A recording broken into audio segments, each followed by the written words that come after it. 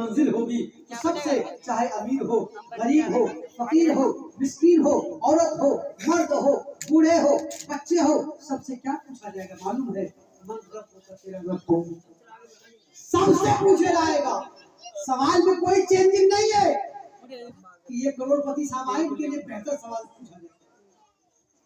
یہ فقیر ہے اس کے لیے سوال چینج نہیں. فرشتوں کا سوال چینج نہیں ہوتا. سب کے لیے کی سوال من رب کا تیرا رب کون؟ تیرا رب کون ہے؟ تیرا رب کون ہے؟ اگر بندہ مومن ہوگا، ایمان والا ہوگا تو فوراً کہے گا رب اللہ، میرا رب اللہ. قبر میں سب سے سوال، دوسرا سوال ماں دین کا، تیرا دین کیا ہے؟ تیرا دین کیا ہے؟ اگر بندہ مومن رہے گا تو کہے گا دینی الاسلام، میرا دین اسلام ہے. میرا دین، بولیے میرا دین اسلام ہے. اگر بندہ مومن رہے گا تیسرا سوال پوچھا جائے گا. اب جو تیسرا سوال ہوگا نا، دراصل یہ سوال بہت امپورٹنٹ سوال ہوتا ہے. یہی سوال، اسی سے فیصلہ ہونا ہے. فیصلہ دو سوال سے نہیں ہوگا. ایک مثال کے طور پر مفسرین کرام نے فرمایا ہے کہ دراصل قبر میں ایک ہی سوال حقیقت میں پوچھا جائے گا، لیکن تمام فقہاء نے فرمایا تین سوال. لیکن اس کی تطبیق کیا دی گئی ہے؟ ایک بات سمجھے، پوچھا جائے گا من رب کا، تیرا رب کون ہے؟ تو صرف مسلمان ہی نہیں اپنے رب اللہ کو صرف رب مانتا، کیونکہ بہت ایسی قوم ہے جو ایک ہی خدا مانتی. بہت ایسی قوم ہے، مجوسی، بہت ایسی قوم ہے. یہود و نصارہ کے لوگ بھی اللہ کو اللہ مانتا ہے، جانتا رب صرف خدا ہے. تو اس سے فرق نہیں پڑ رہا ہے نا. تو سوال وہاں پر کوئی فرق نہیں پڑے گا. وہاں پر جو کن لوگوں کو فرق پڑے گا جو کئی خدا مانتے ہیں. پہلے سوال میں وہ لوگ چھڑ جائیں گے جو 1000 کروڑ دیوی دیوتاؤں کو مانتے ہے نا. وہ لوگ وہاں پہ چھڑ گئے کیونکہ ایک خدا کے بارے میں جس نے بتایا ان لوگ چھڑ گئے. اب پھر پوچھا جائے گا ماں دین کا، تیرا دین کیا ہے؟ تیرا دین کیا ہے؟ جب یہ پوچھا جائے گا اب کتنے لوگ اس میں یہ کہنے والے ہوں گے کہ میرا دین اسلام ہے.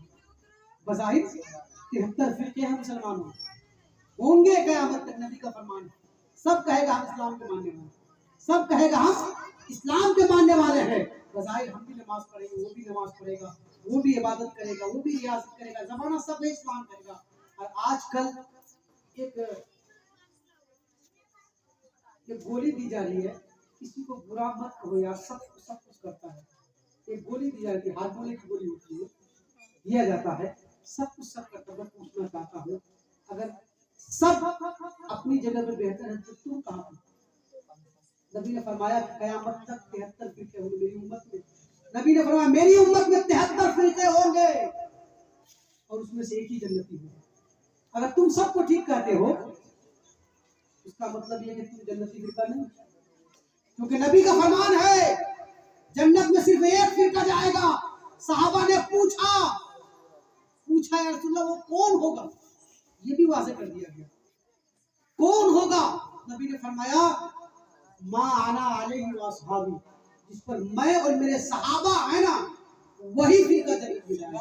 جس پر میں اور میرے صحابہ ہیں، یعنی جس طریقے پر ہم چل رہے ہیں، میرے صحابہ چل رہے ہیں، اسی طریقے پر سب چلیں گے جو وہ فرقہ جنتی ہوگا. باقی 72 فرقے سب جہنم میں جائیں گے. کن کا فرمان ہے؟ نبی کا فرمان ہے. اور یہ ضعیف حدیث نہیں ہے، یہ صحیح حدیث ہے اور متفق علیہ حدیث ہے. ان کے بارے میں کہا گیا. تو میں کہہ رہا تھا کہ جب پوچھا جائے گا ماں دینوں کا، تیرا دین کیا ہے، تو سب کیا کہیں گے؟ میرا دین اسلام ہے. سب کہیں گے. یہاں بھی فیصلہ نہیں ہوا، یہاں فیصلہ نہیں ہوا نا. لیکن آخری سوال ہوگا ما كنت تقول فی حق هذا الرجل. اب فیصلہ ہو جائے گا. اب کیا پوچھا جائے گا؟ ما كنت تقول فی حق هذا الرجل. هذا اس کو انگلش میں آپ دس کہہ دیجیے. اس مرد کے بارے میں، اس مرد کے بارے میں تم کیا کہا کرتے تھے؟ یہاں بھی نہیں کہہ رہے ہو. یہاں پوچھا جائے گا تم یہاں کیا کہتے ہو؟ ہو سکتا ہے ڈر سے بولتے ہاں یہ تو ہمارے نبی ہے، یہ تو امام الانبیاء ہے، یہ فلاں ہے. کیا کہ ما كنت تقول فی حق، یہ کنت جو ہے یہ بعید کسے گا تو پاسٹ تم کیا کہتے تھے جو گزر گیا. اب وہاں پہ فیصلہ ہو جائے گا. اگر نبی کا سچا عاشق ہوگا، نبی کا ماننے والا ہوگا، نبی سے محبت کرنے والا ہوگا، زمانہ اسے کوئی بھی فرقے سے جانتا ہو، जमाना उसे कोई भी फिरके से जानता हो, लेकिन अगर सच्ची मोहब्बत दिल में है, नबी का मोहब्बत दिल में है, नबी की मोहब्बत उल्फत दिल में है, तो फौरन कहेगा हाजा रसूलुल्लाह सल्लल्लाहु अलैहि वसल्लम, ये तो हमारे रसूल हैं, ये तो हमारे आका है, ये तो कमली वाले आका है। अरे जिनके लिए उठते बैठते जिंदगी में हर वक्त नबी को याद किया करते थे, हर वक्त नबी को कहा करते थे, हर वक्त नबी को मोहब्बत से पुकारा करते थे। हम ये नहीं कहते थे कि अल्लाह तूने सिर्फ और सिर्फ गैब अपने पास रखा है, हम तो इसे इमामुल अंबिया मानते थे, हम इसे आलिमुल गैब मानते थे, हम इन्हें अपना मावा मलजा मानते थे, यहाँ से पुकार देते थे या रसूलुल्लाह उन्जुर हालना, या नबी अल्लाह इस्मा कालना, इन्ननी फी बहरे गम्मिन मुगरकुन खुज़ यदी इस्तहिल्लना इश्कालना। या रसूलुल्लाह मैं परेशान हूँ, हमारे तरफ नजर करम फरमाइए। या रसूलुल्लाह मैं मुसीबत में घिर चुका हूँ, ए अल्लाह के रसूल हमारा हाथ पकड़ के हमें मुसीबत से निकाल दो। जब हम तो हमारे नबी वहां से हमारा जवाब भी दिया, हमारे नबी हमारी मदद भी किया करते थे। तो कुछ लोग होंगे जो कहेंगे कि अल्लाह के अलावा दुनिया में कोई मदद नहीं कर सकता है, नहीं कर सकता। मैं कहता हूँ हकीकत है, अल्लाह के अलावा कोई मदद नहीं कर सकता। अगर अल्लाह ना चाहे कोई मदद नहीं कर सकता, क्योंकि रब के मर्जी बिना एक पत्ता भी नहीं हिलता है। लेकिन अगर अल्लाह चाहे किसी को ताकत दे दे, अल्लाह किसी को ताकत दे दे कि तुम मदद करो। अल्लाह हदीस कुदसी अल्लाह फरमाता मैं माल खालिक जन्नत हूँ, लेकिन मालिक जन्नत मेरा हबीब है।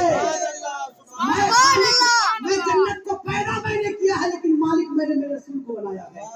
अल्लाह फरमाता है लौकाना, अल्लाह फरमाता है हदीस कुदसी महबूब, अगर आपको पैदा करना मकसद ना होता ना, तो दुनिया की किसी शय को मैं पैदा नहीं करता, किसी चीज को मैं पैदा नहीं करता। महबूब अगर आपको पैदा करना मकसद ना होता, तो मैं जमीन और आसमान को पैदा नहीं करता। महबूब अगर आपको पैदा करना मकसद ना होता, तो जन्नत और दोज़ख को मैं पैदा नहीं करता। और यही तक नहीं, महबूब अगर आपको पैदा करना मकसद ना होता, तो मैं अपने रब होने को भी जाहिर नहीं करता, जाहिर नहीं करता मैं भी मैं रब हूँ। महबूब आपको पैदा करना था, हदीस कुदसी है, महबूब आपको भेजना था ना, इसीलिए आसमान जब या आसमान का सामिया लगा दिया गया। महबूब आपको भेजना था, जमीन का फर्श बिछा दिया गया। महबूब आपको भेजना था, तो आसमान में कुमकुमे और लाइटिंग लगा दी गई।